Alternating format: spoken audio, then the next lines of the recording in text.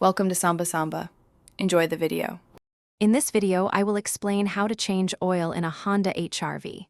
First, gather all your necessary tools and supplies, including new oil, a new oil filter, a drain pan, and a wrench. Always ensure your vehicle is on a level surface and the engine is cool before starting. For safety, use a jack and secure jack stands. Now, let's drain the old oil. Place your drain pan directly under the oil pan. Carefully remove the drain plug with a wrench, allowing the old oil to flow completely into the pan. Be cautious, as the oil may still be warm.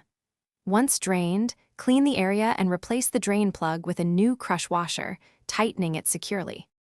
Next, it's time to replace the oil filter. Position your drain pan to catch any drips. Use an oil filter wrench to loosen and remove the old filter. Before installing the new filter, apply a thin layer of fresh oil to its rubber gasket. Then, screw on the new filter by hand until snug, followed by about a 1/4 turn with the wrench. Finally, add the new engine oil. Refer to your owner's manual for the correct oil type and capacity, typically around 4 to 5 quarts. Pour the fresh oil slowly into the fill port. After adding, check the oil level using the dipstick.